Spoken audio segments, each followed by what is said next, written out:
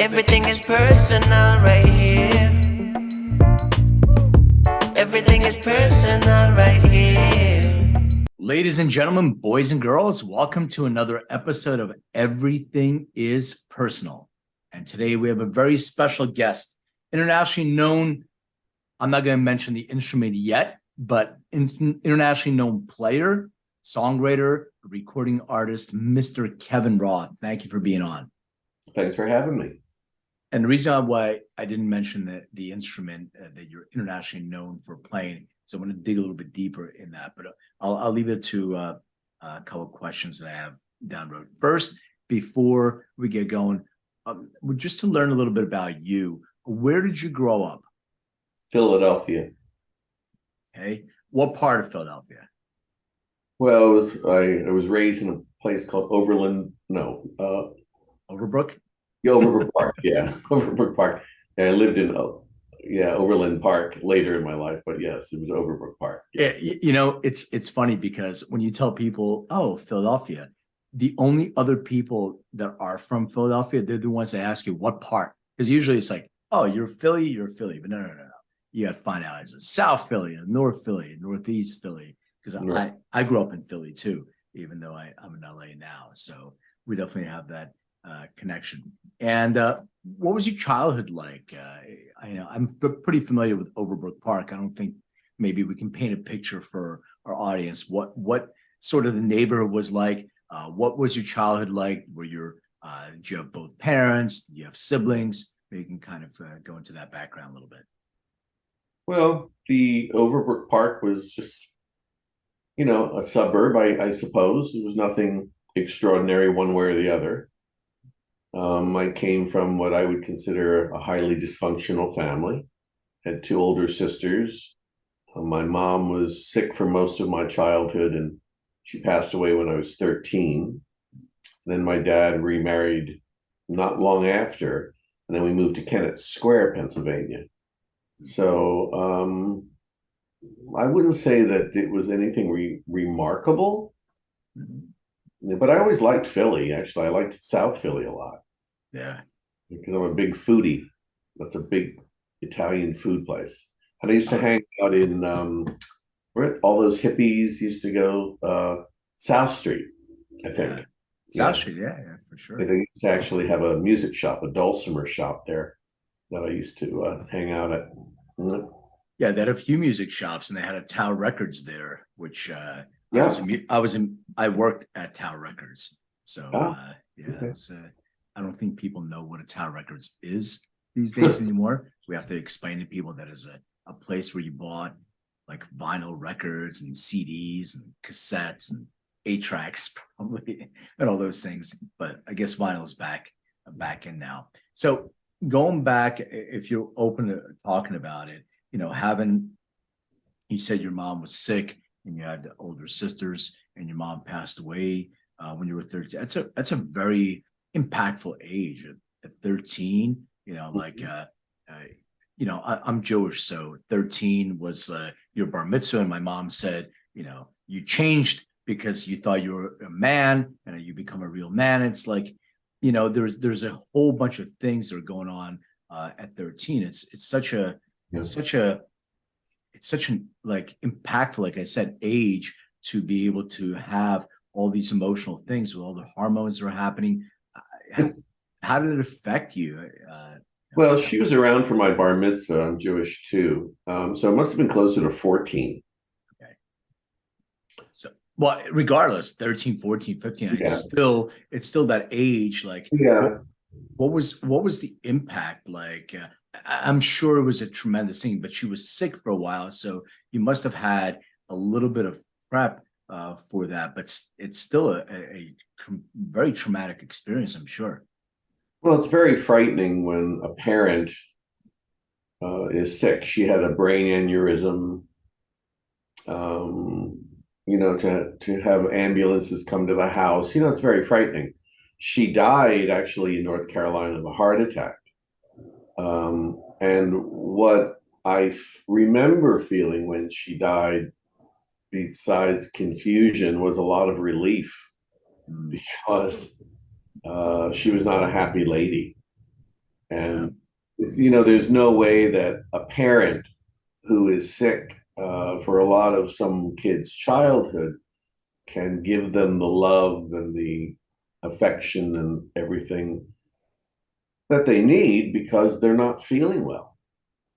I mean, the poor woman, she had all kinds of issues. And I was also not expected. I wasn't a planned child. So I think I was born 4 years after my middle sister.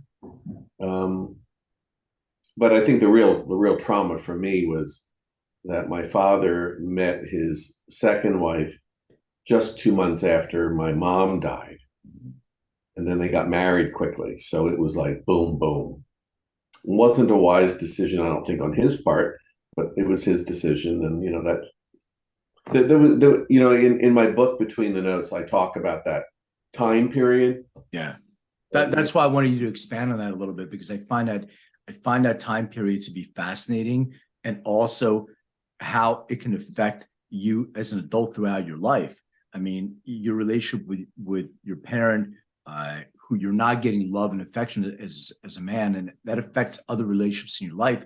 And then you have a new mother figure who comes in your life, is not your mother, and the relation that your father has with her and also with you, Yeah. that can be that can be a very I don't know, traumatic experience in your life, I would say.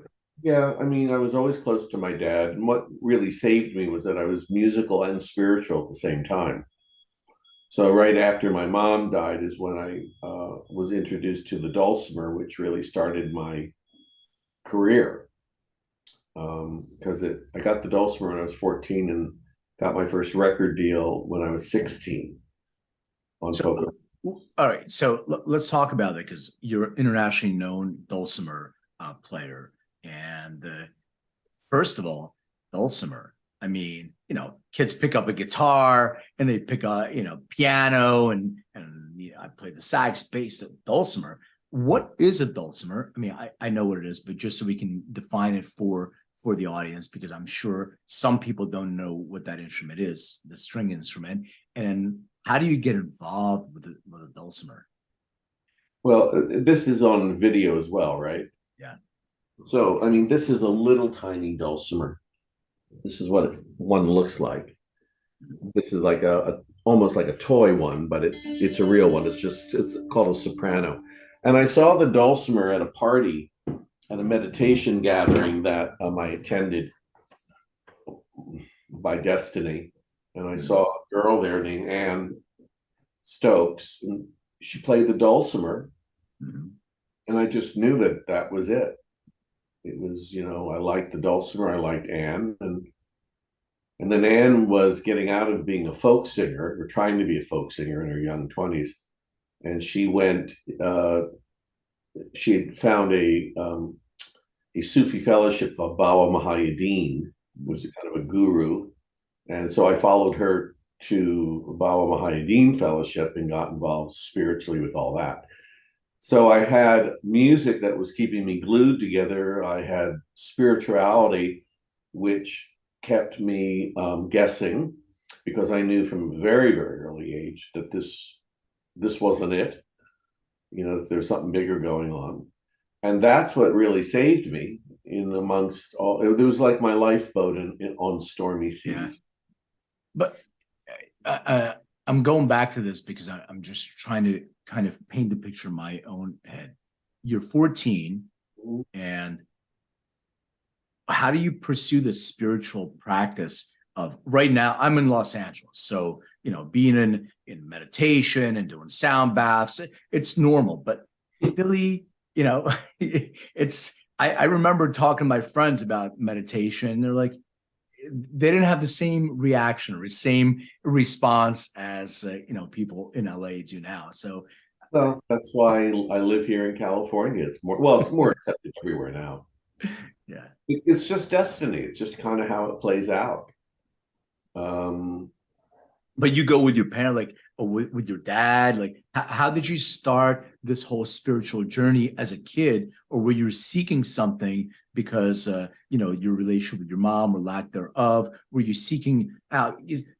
Let me use me as an example. Maybe this will help with a question. I was seeking something. I would read books when I was a kid. I didn't have a best relation with my parents, and I would sit in my room and I would read Dianetics, and I would read the encyclopedia. I would read all these books because I was seeking something, but I didn't know what to do with that. And I wasn't telling anybody because people would think I'm weird, because I'm not reading whatever everybody else is reading. So I was seeking something that was, and I didn't realize it was spiritual practice or Indian philosophy, Hindu philosophy. I didn't know what that was, but I knew that whatever I was being raised with wasn't really connecting with me fully. So that was my journey, but I didn't really implement that journey until I got more comfortable as an adult to start visiting. Actually, I'll tell you, my moment was when went to Temple University and I took a course called Intellectual Heritage, if I remember correctly. So we got a chance to read like the Old Testament, New Testament, the Quran, the Book of Job, like all these different things and discuss them in class. And I'm like, wow, there's all these things and they have commonalities. So it allowed me to connect more to that on the literal sense and then pursue, different spiritual practices just because of my interest. So I just wanted to, recognize what your journey was through that process. I was just always seeking before I saw the Dulcimer. And then when I met Anne, the Dulcimer just attracted me, and Anne attracted me. Yeah. There was something about Anne that I thought was very folksy, Joni Mitchell-y. And so I just followed her to the fellowship, and that's when I just met this teacher, Guru Baba, and that sort of started me down a path. But I was very young. I was 14, 15. Yeah. So I didn't really really get into the whole spiritual thing until deeply into it. And then I now teach it until about 2015, 2016. So what was music something that was prevalent in your household, or was your no, I was the only musician. We had a piano, right? and I think when I was about 9 or 10, my sister Jill brought home Peter, Paul, and Mary's first album, and I fell in love with them, especially Mary, who later became friends. But their music was captivating, and also they were very spiritual sounding group, although they didn't admit it until much later in their career. So you were listening to music that was brought by your sisters and yeah, the kids my age were listening to Rolling Stones and the Beatles. I was into Joni Mitchell and Peter, Paul, and Mary and Judy Collins. I was like an old soul. Right. But you were introduced to that music not on the radio. You were introduced to that music because somebody brought My sister. an album. Mm-hmm. Yeah, your sister brought an album in, and from there you started. That music connected with you. You start pursuing that music, and then when you had, the spiritual interaction and the dulcimer, then you said, okay, well, that music sort of matches the idea of what is connecting with me musically, and maybe this instrument is something I can utilize to express myself in that. Yeah, I think anyone who's an artist uses their natural art for release and clarity. I now use it as a meditation. I teach something called Dulcimer meditation. So I teach it to people who play dulcimer and people who don't play dulcimer. They just get a dulcimer, and I sell a certain kind, and they learn how to use the dulcimer in meditation. How do you learn how to play dulcimer? You take lessons from me. I like that. No, well, how did you learn? I taught myself.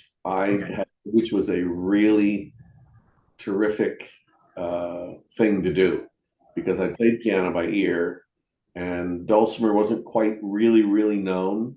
So when I did approach the dulcimer like a piano, I didn't have any limitations. So I didn't play it. Like when people buy a dulcimer now, they buy a dulcimer book or they take lessons on the internet or they find a dulcimer teacher. And it's still the same thing 51 years later. It's traditional. It's from the Appalachian Mountains. And I was playing Somewhere with a Rainbow, Dionne Warwick. I was writing my own songs. I was doing things on dulcimer nobody was doing because I didn't know any better. And that's why I got a record deal, because when I sent my tape to Folkway Records, he had dulcimer players on his label, but he immediately heard, wow, this guy's like playing this thing like a guitar. I've never heard this. It's not the Southern Appalachian. What is this? So that's what got me the reputation of being an innovative dulcimer player. And this is before dulcimer festivals and Facebook dulcimer groups. There was no internet. Right. So I used the dulcimer as a guitar. Yeah, that makes a lot more sense, because that in listening to some of the content, that's what I was going to ask you, because it didn't sound to me like it's just, when I think of dulcimer, to me, I associate that with background music in a spiritual practice of some sorts. That's what I associate with. I never thought of it, or an instrument that adds like a sitar or something like that. Like the Beatles would just throw in, a little bit of that, make you feel like it's a little bit of different style of music. But the way that you use it as like a lead instrument, which I thought was pretty unique and innovative. And that's why I was going to ask you, because you're playing it like a guitar, so that makes a lot more sense. You have a relationship, or had, I'm not sure, with PBS. Can you talk a little bit about that? Well, I had made a lullaby record for children's music. I got into children's music in the early 80s because I heard that there was good money in it, really. And folk music, although lovely, unless you're a handful of people, you don't make anything. I mean, it's just, well, you don't make anything in the music business now anyway. But folk music, you could get a couple $100 and play a club. You weren't getting 24 grand a night like Peter, Paul, Mary. So I was always, under the gun looking for ways to make money. And someone said, well, children's music is really big, becoming really popular. Mm-hmm. So I knew some kids songs, and I made this. So one of the first records I made was a record called Lullabies for Little Dreamers. And it was a really beautiful record. Good songs. And I did it for a little record company out of New York. And someone gave that album to a guy and his wife. The guy is Rick Sigelko, and his wife, I forget his wife's name, as a baby present for their daughter. And he was a producer at PBS. And he was putting together a show called Shining Time Station, Thomas the Tank Engine, which was going to star Ringo. And so they'd hired some guy in New York to sing the theme song, and the guy blew it or didn't do a good job. So he tracked me down, he found me.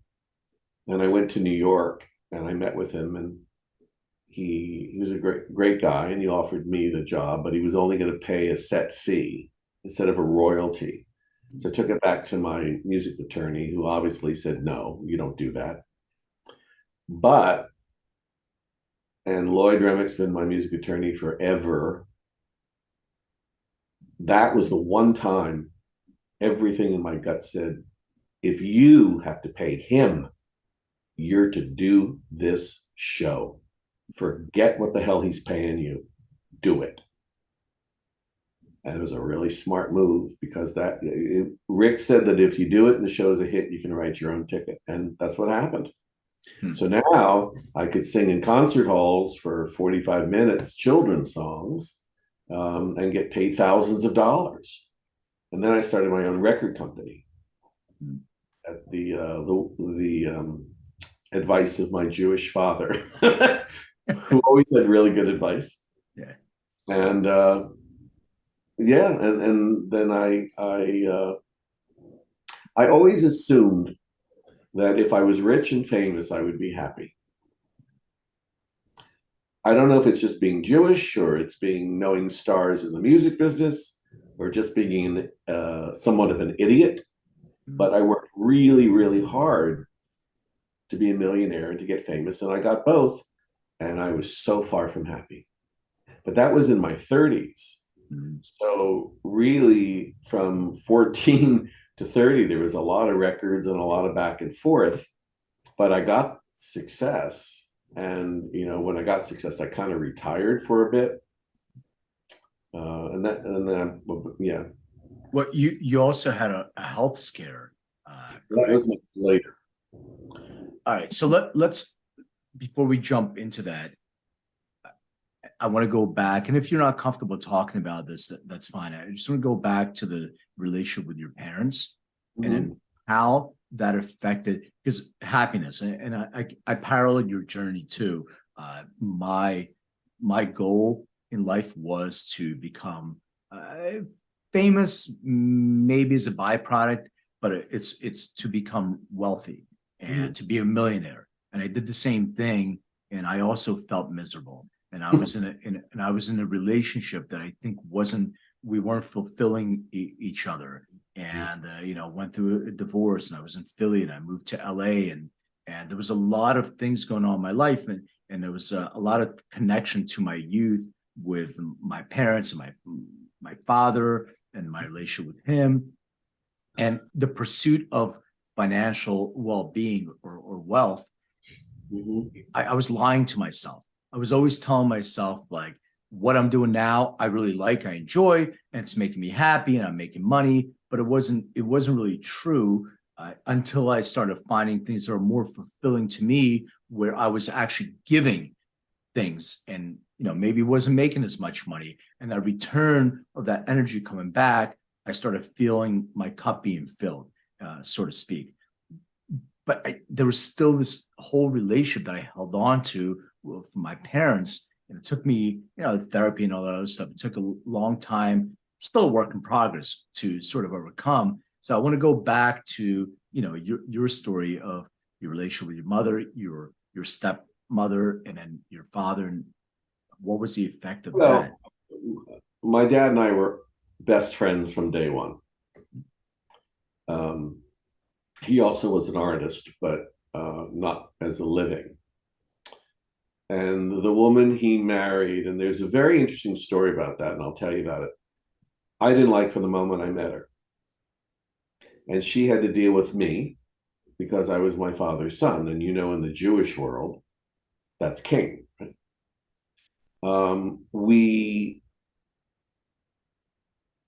We just didn't mesh, and she had made a suggestion which my father should have listened to when they first got together. She said we should all go to therapy. My father didn't believe in therapy. Um, so it was a difficult relationship with her. Her name was Elaine. I really believe in some ways she really did the best that she could with what she had. Um, and I was what I did is really I ignored her. That's what I did, which was probably one of the meanest things I guess you could do to someone. I don't know, but I had my reasons, and later my reasons were right. But then I left home, and when I came out to California, and I had enough money, and I had a house, and I had a car, and I had fame, and I had all my money in the stock market, right? And then the dot-com bubble burst, and it started to go down the drain, and I got scared. I moved to Florida, where my dad was living, and I bought a villa and lived there for 15 years until he died.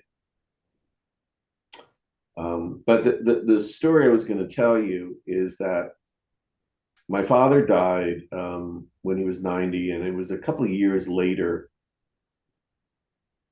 that Elaine died. And this is a really important story for everybody who is listening. This is really if you take anything away from this interview, this is what you want to get. I knew she was dying, and I decided I was going to keep in touch with her after my dad died. No one expected that. And I went to get a pizza, and I had heard from my sister that she was in hospice. So I called her without even thinking that it would be my last conversation. Didn't dawn on me, you know. She was always there, that kind of like that little thorn, that little wood splinter under your nail, always there. And I talked to her, and it was very apparent. I mean, she was happy to hear from me. How you doing? How's this? How's that? You know, all that small talk. And she said, I can't talk anymore because I'm having trouble breathing. And in that moment, I knew that that was the last time we were going to talk. But it just came on me. It was like, oh, this is it. And out of my mouth, almost as if it was like an out of body experience, I said to her, this is the big part. I said, you know, it's a shame that we never really hit it off or got along. And that was difficult. But in the end, it more or less worked out okay because we talked, and she said, yes, it did. And she said, I love you. I said, I love you. And 2 days later, she died. And when I hung up the phone, I sat there frozen. I couldn't believe that in 40 or 50 years that they were married, in less than 30 seconds, we said to each other what we wanted to say for all of those years. And it transformed me. It really released me. And I don't know whether it released her or not, but you know, it was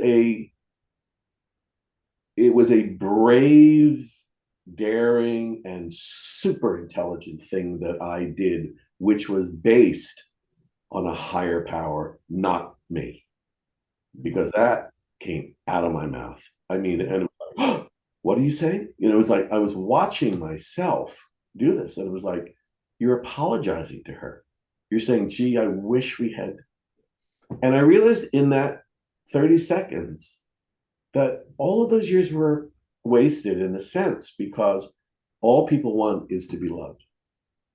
But Yeah. I didn't have the sense at that age, or maybe she didn't have the wisdom to say, you know, we're just really different people, but we have one thing in common: we love your dad. Yeah, it's a beautiful story. I mean, giving, holding on to things like that. You know, I did that with my dad for a very long time, and Mm-hmm. it took me a long time, a while to let go of that.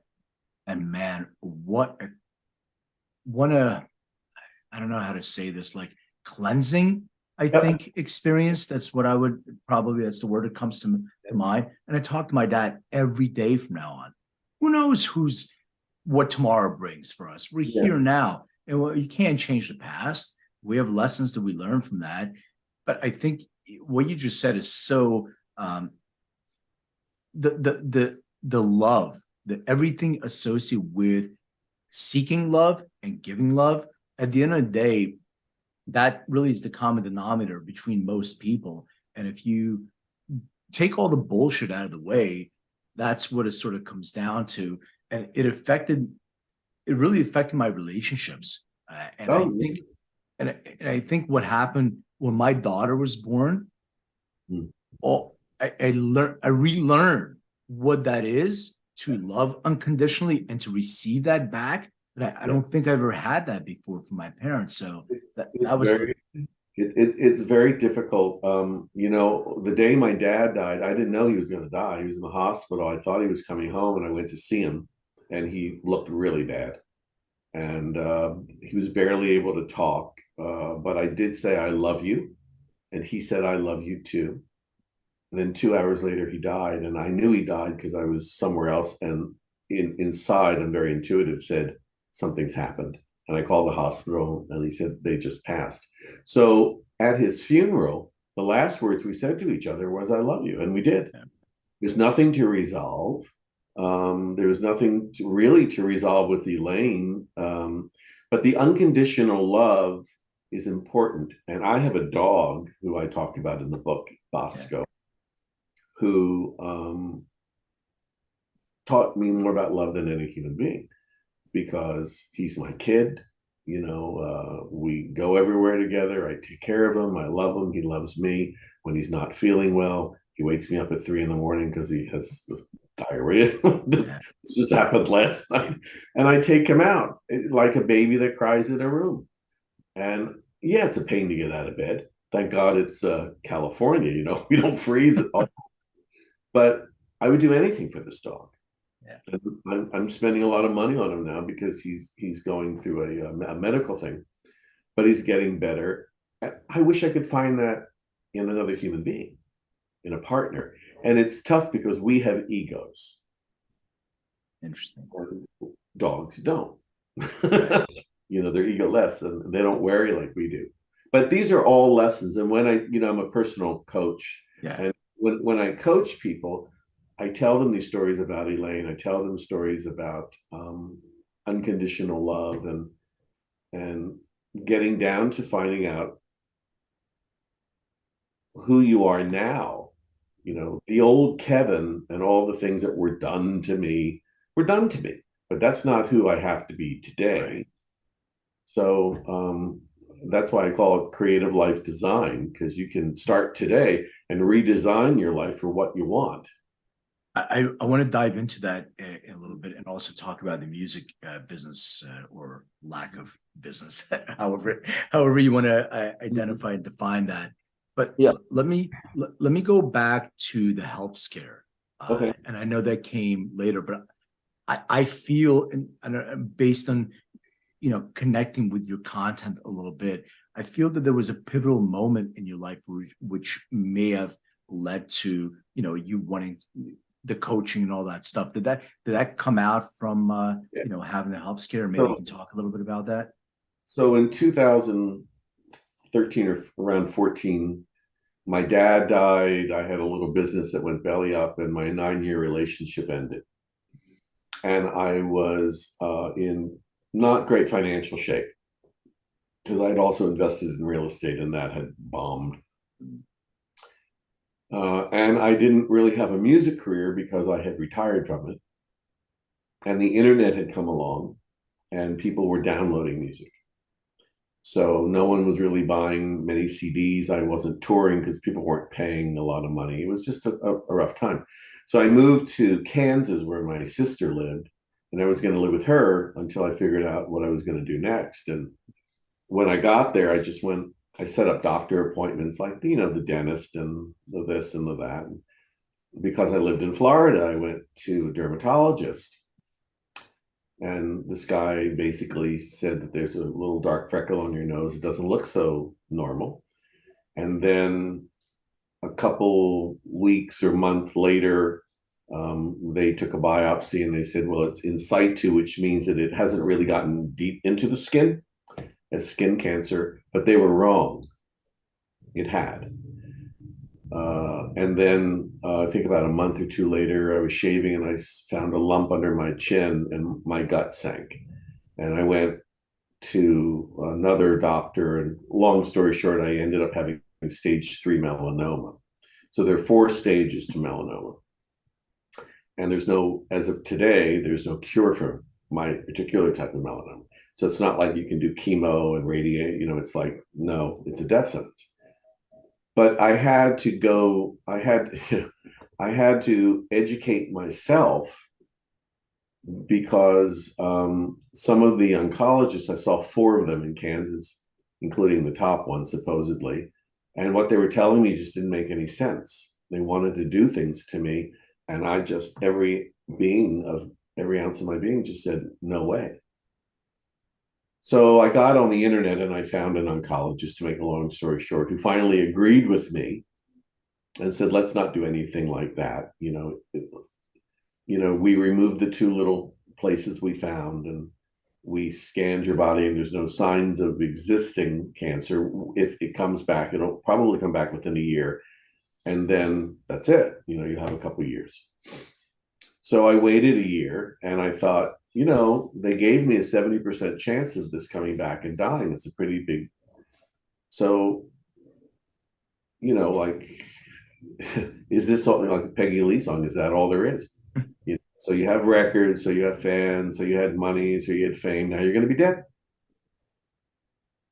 And you're still miserable. You're unhappy. You're always chasing money. You're always chasing sex, which I still like to chase, by the way. That's a good thing to me in my life. Exactly. I like sex.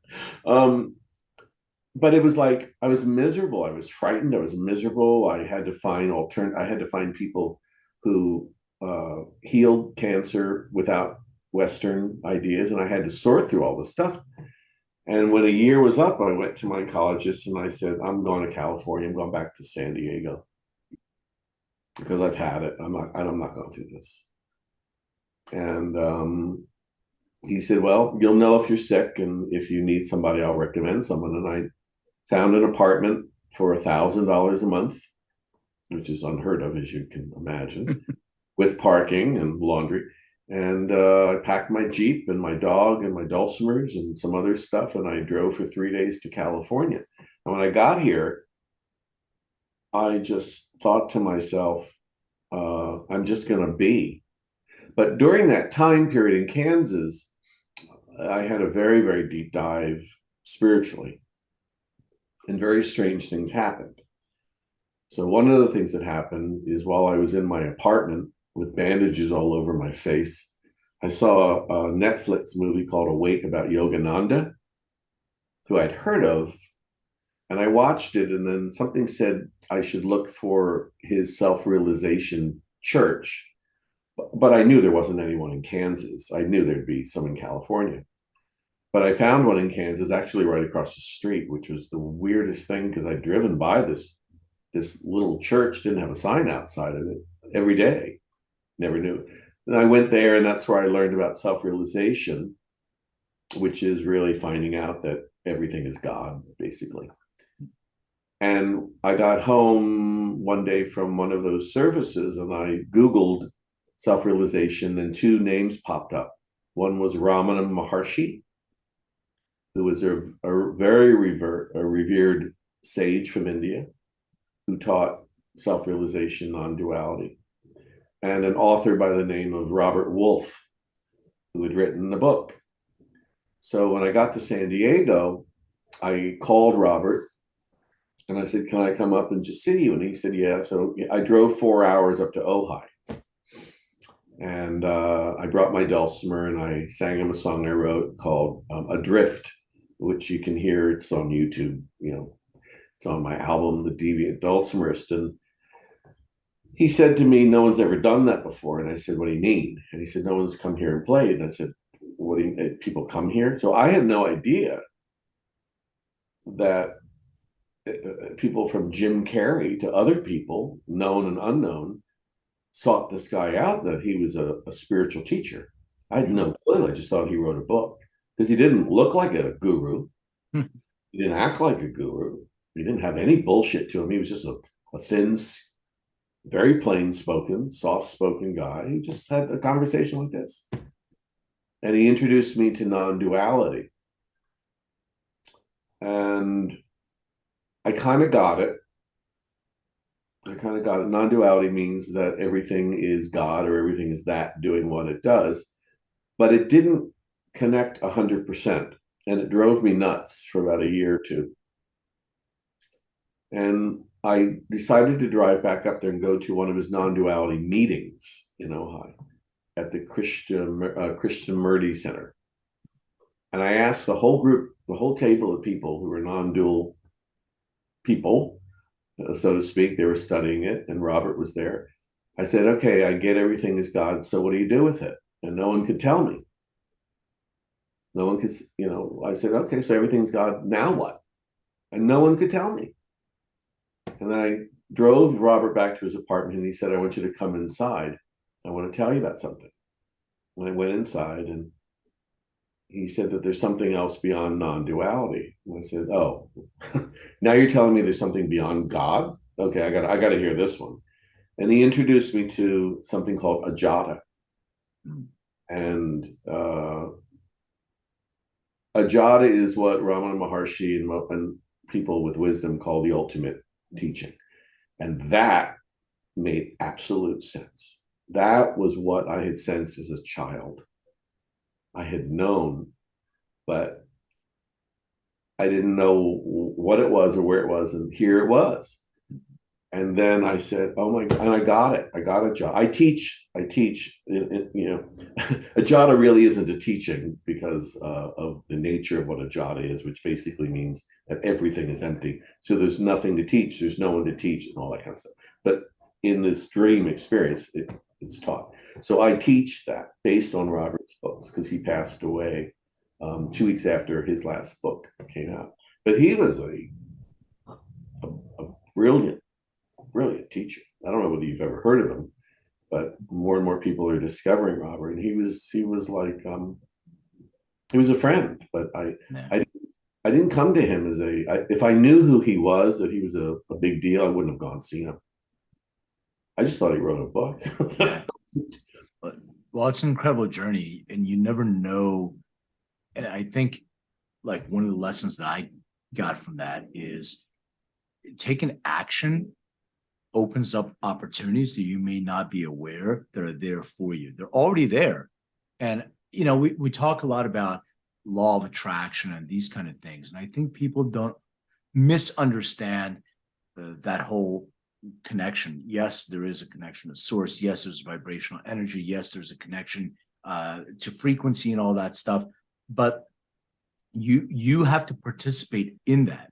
So taking action like you did, I think if you would have just read the book and not taken the action to actually go and play and visit, maybe things would be different today. So, you know what? The funny story that I went up to see him, and I always had to get a hotel because it was a long drive for me. And I got there in the afternoon, and I called him and I said, "So what time do you want me to take you to dinner?" And he said, "Well, maybe 5." And he said, I'm going to go for a walk. Do you want to come for a walk with me?" And I was tired, and I said, "You know what?" I said, "Give me like 15 minutes. Let me think about it, but I'll probably just pick you up for dinner." And then he said, "Okay." And I laid back down on the bed, and this thought came to me is like, when a spiritual teacher asks you to take a walk, get the hell off the bed. I don't care how tired you are, you go. yeah. Oh, walk. I think I walk like 2-3 miles every day. But he answered in the first 5 minutes every question I ever had with one statement. That's fantastic. So, I wanted to ask you when you were going through your melanoma and cancer experience, did you engage in cannabis use? no, mm-mm. Was that something that was recommended to you in any way? No. Here in California, you can walk in anywhere and just get it, right? And because I'm a singer, I don't like to smoke, although I've tried gummies and stuff like that. But I have a very sensitive kind of system. So if someone smokes a joint or cannabis and they get mildly high, I get like really loopy. Yeah. And I had a friend come over uh, one time, and I had a very potent joint, and I took a couple puffs of it, and it kind of choked me a little bit, and I couldn't have sex for like weeks. I was just like, I thought, I'm not touching this stuff again. But I have my little cigarettes here, but I rarely smoke that stuff. Yeah. My mind, if you were to crawl into my mind, it's busier than any psychedelic experience. When you get into a jhana, you don't need unless you're doing it for medicinal reasons. You don't need to. That's your release. That's your let go. Yeah. But Well, yeah. I was asking for medicinal purposes, but yeah, I mean for spiritual No, practices. Yeah. Because and by the way, not plugging my company, but we have a test. My company does genetic testing specifically for your endocannabinoid system. So some people definitely have these responses to phytocannabinoids based on their genetic predispositions. They get epigenetically triggered while you're consuming some of those phytocannabinoids. So that's why I was asking. But yeah, I mean that makes sense, and people use it in spiritual practices too. And the smoking vape or sublingually. Okay, well that makes sense. Going back to the music business, um, you recorded a few albums, right? I finished one of them, yeah. Right. Just So finished one 2 days ago. congrats. I was so this like the music business has changed so much from they were selling vinyl, they were selling CDs.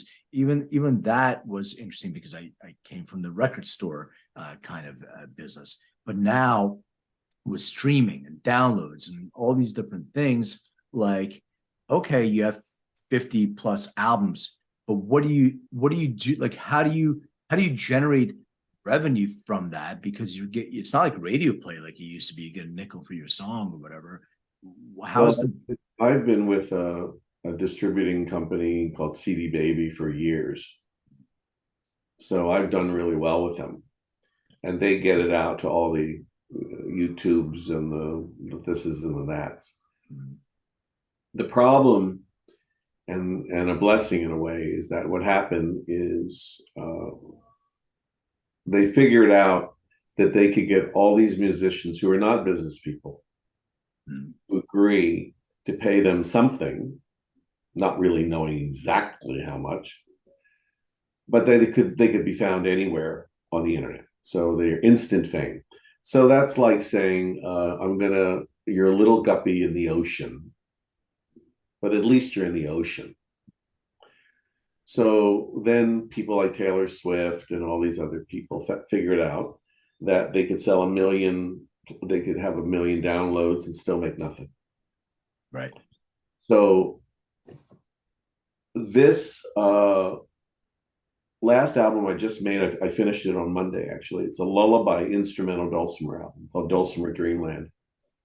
I mentioned it on Facebook, and someone said, where can I stream it? And I thought to myself, I want to be paid. Sure. So I'm doing it not as a physical album, but I'm doing it on Bandcamp. Okay. So you can download the artwork, the liner notes, which I loved writing, the Right. tunings of the Dulcimer, and have an experience and charge 20-25 bucks. And it'll eventually, I guess, get streamed. But if you want the art experience, how did I come to write this album? Why did John Coltrane influence this record album? I have pictures of the coffee house that I hung out at where I was rehearsing. I have pictures of me and my dog in the recording studio. I have pictures of me and my yellow surfboard that influenced certain things. So that when you get it on Bandcamp, you can say, oh, wow, I'm part of how he woke up at 4 a.m, decided to make this record. And, the story of how the first engineer completely screwed the whole record up and I had to go to a different studio. And so the whole story, because that's the great part about having LPs. I'm a big LP guy. Me too. Is the liner notes, Yeah. pictures. But because I don't tour, because there's not enough money out there to pay you, the thing now is we'll give you 70% of the door. Well, if I come up to LA, I mean, that's only a 2-hour trip, So if you're Brandy Carlisle and Joni Mitchell, you're selling tickets. But a guy like me, people are used to just downloading stuff for free.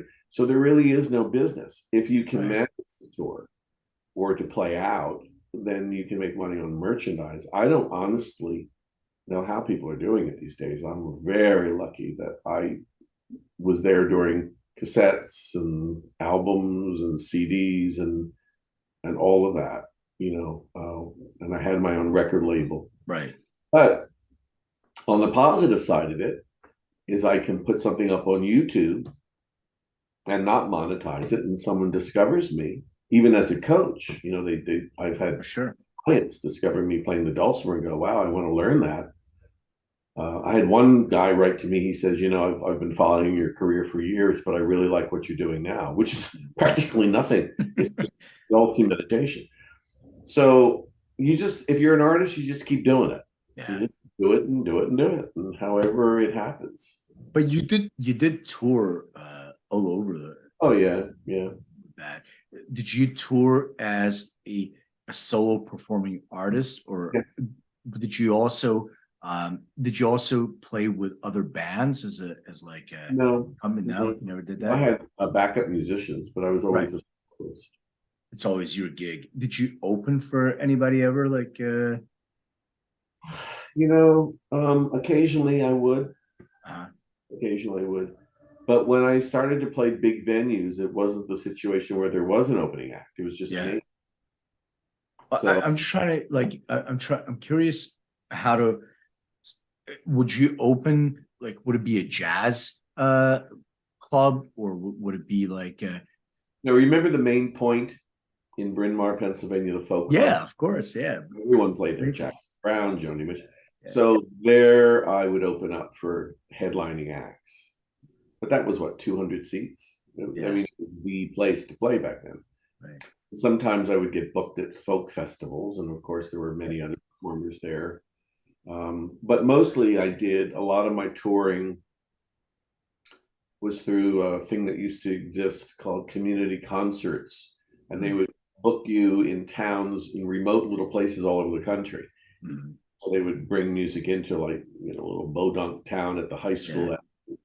and the place would be packed because I was, except for the high school basketball night, I was the attraction. I was what was talked about in the diners with the farmers the next morning. We heard it, So and cool. I went out after every show and signed those CDs and got the money, and hotel to hotel to hotel. The other way I toured, which was interesting, there were two other ways that I did it. One was as a children's performer. Mhm. Big theaters, in order to get grants, have to have an Yeah. educational department. So I was part of the educational system in that Got way. it. And then one day I thought, there's a lot of places I want to go, but I can't afford to, like Alaska and New Orleans and all these other places, Colorado. So I'm going to book libraries. This was before everyone was doing them. And I got Alaska Airlines to sponsor me. And I had won awards from the Library Association. So they would fly me up to Alaska, and then they'd fly me here and they'd fly me there. And I played library. Sometimes there were 4 people, and sometimes there were a lot of people.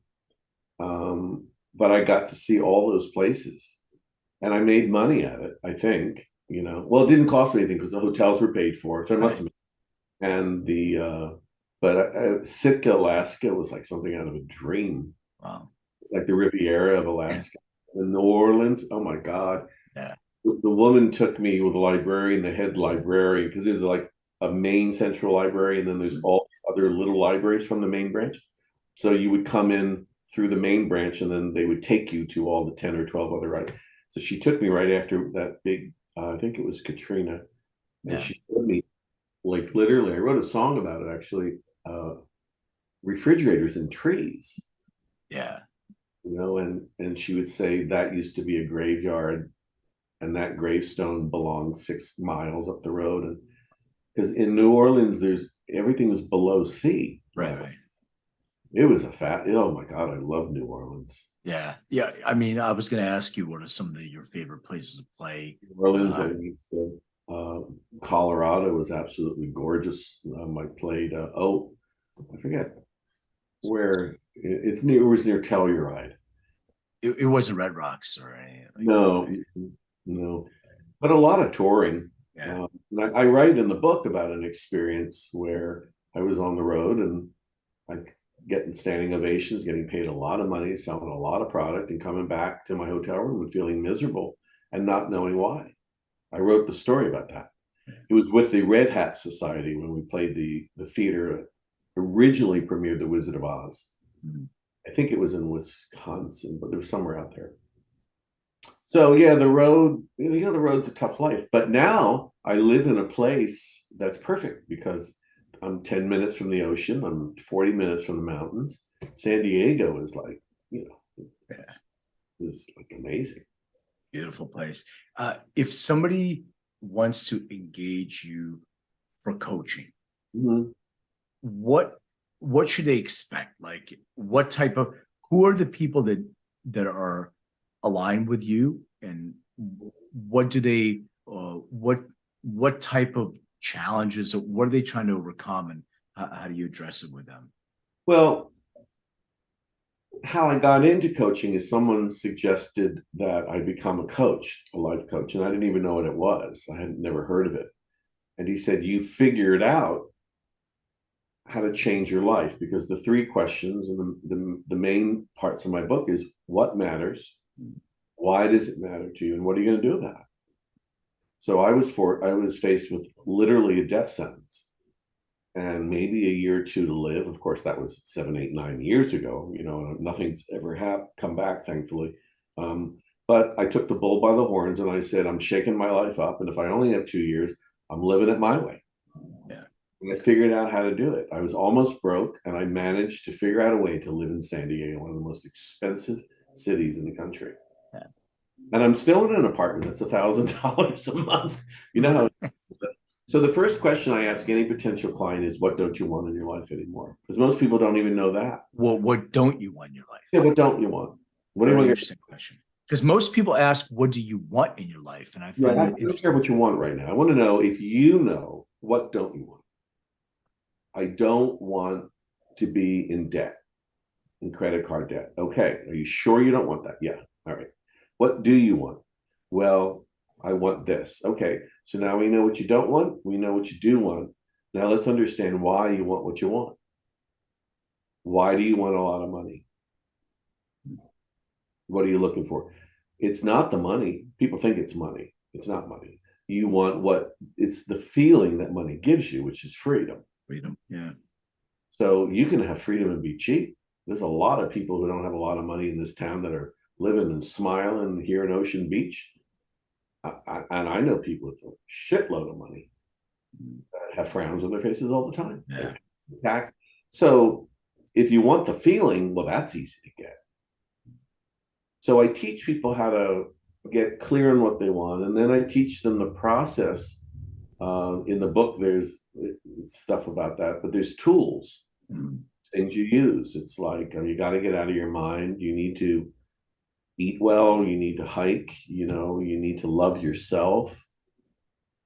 I mean, a lot of my female clients, they all cry in the beginning because I ask them almost, in a sense, to write a love letter to themselves. And, they come back and they just tears. I never knew. I was never good at, I had a client recently. I won't mention her name because everything is private, but nothing she could ever do was good enough. Yeah. But she was very religious. And so I asked her the question. I said, well, do you believe in Jesus? And she said, oh, yes. I said, do you believe that Jesus is inside you? And she said, yeah. I said, well, I'm not a Jesus guy. I mean, I thought he was an interesting guy, but, being raised Jewish, not practicing Judaism, but I'm not really a Christian. I'm not a Christian. But it only makes sense to me that if Jesus is inside you, how imperfect could you possibly be? And her whole life changed. Yeah, that's a great question. So I have a way of kind of tuning into people and listening deeply to what they're saying. Mm-hmm. Often it's not what they think they're saying. Mm-hmm. And, today I was with a client and I said, so what I'm hearing is fear. And she went, oh my God, you're right. I said, let's look at the fear. You're living in the future. You have no idea what's going to happen tomorrow. So at the end of every session, all of my clients always look light and they're refreshed. It's like they've taken a shower. And that's why I love to do what I do. With the Dulcimer meditation, it's a very simple process of learning to play the Dulcimer, which is super, super easy. Mm-hmm. And what that does is it gets the mind involved in listening to the music, which gives you the opportunity to ask your inner self, what do I need to know? Yeah, it's brilliant. I love that approach. All right, so I have a few questions I ask all my guests. I have a music question for you. Mm-hmm. So 1 year, you get to pick your 5 albums that you want to listen to. You can only listen to those 5 albums in 1 year. What would they be? And preface, if you don't remember the name of the album, it's fine. You can just say this is the artist's album of whatever. And also to preface, people asked me this question before, and I'm like, these are my 5 albums right now. Tomorrow, I could pick, a different one or two. So just capturing a moment in time. Well, the first one would be Joni Mitchell's Blue. The second would probably be, I don't remember the name of the artist, but it's a jazz album from France based on movie themes. The third one would be, interestingly enough, I've been listening to Peter, Paul and Mary's Late Again album, Right. which is almost like an electric album. Mhm. Anything by Thelonious Monk. And believe it or not, after 51 albums, one of my favorite albums that I've ever made is called The Deviant Dulcimer. So it's the only album of mine I listen to because it's Okay. quirky and it's fun. I listen to that quite often, which is quite surprising because I usually don't listen to my own music. Yeah, it's pretty Those interesting. are the five that I have sort of spinning around the place these days. Very cool. Do you remember what the very first concert you ever attended was? Yep. What was it? Paul and Mary at the Academy of Music in Philadelphia, and the ticket was $2.50. And I'll tell you the reason I know. I saved the ticket, but I remember it was right next to a pole in the upper balcony, top. Uh-huh. And one day I got a chance to sing at the Academy of Music, and I couldn't believe it. I was singing actually with the Philadelphia Orchestra. Wow. And during the sound check, before they let anybody in, I put the dulcimer on the chair on stage, and I went up to that seat. I remember the pole, and I looked down on the stage and I saw my dulcimer, and I went, "Oh my God, I can't believe you're here." Because in Philly, that was the place. That's Yeah. Oh, yeah. so that Super was my first concert. place. I think Like playing at Academy of Music is like that's you're oh my reaching a God, certain it pinnacle. was That's amazing. unbelievable. Unbelievable. All right, so I have a final bonus question. Please describe what your room looked like growing up. Oh, well, it was a small bedroom. I probably was too young to have it painted, but I always painted my bedroom walls.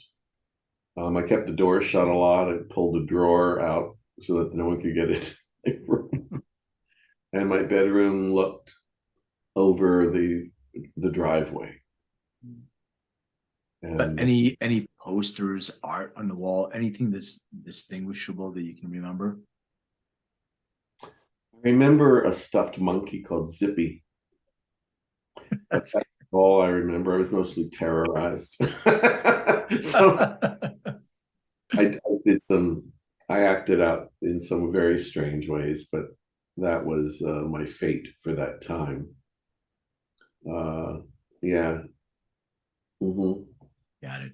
Well, Kevin, before I let you go, please share how people can engage with you, where they can get your book, where they can get your content, your music and coaching, whatever you want to share. Well, all of that you can find on my website, kevinroth.org. And so if people hear this and they're intrigued, I do a complimentary session with you just to get to know you and answer any questions you have. And Between the Notes is on Amazon, called Between the Notes, and you can find all that stuff. I think I have a course online if you can't afford personal coaching. So all of it's on kevinroth.org. Great. Kevin, thank you so much for your time. It's been enlightening, and I appreciate you sharing. And No, personal information is great, man. I really appreciate it. Thank you. This is your life, Kevin Roth, the weird life. Exactly. No weirder than anyone else's, though, as it turns out. Not at all. Not at all. Yeah. Normal is boring. So Yeah. Do you know embrace the weirdness. there's a comedian, Jessica, she's a Jewish lesbian, she's hysterical. Kirsten. Okay. And she does a bit about performing in Jewish old age homes. I'll try and find the link and send it to you. But her life is like, oh my God, yes, yes, that was my life and everyone else's life. So when she plays with the audience, and she does a lot of audience work, often I'll hear, "You're Jewish, aren't you?" Yes. She nails Christians too. She goes, "Oh my God, you're like a really devout Christian, aren't you?" That's hysterical. Kirsten, yeah, yeah, very funny lady, Jessica Kirsten. All right, Thank you again. Appreciate your time. thank All the you. best.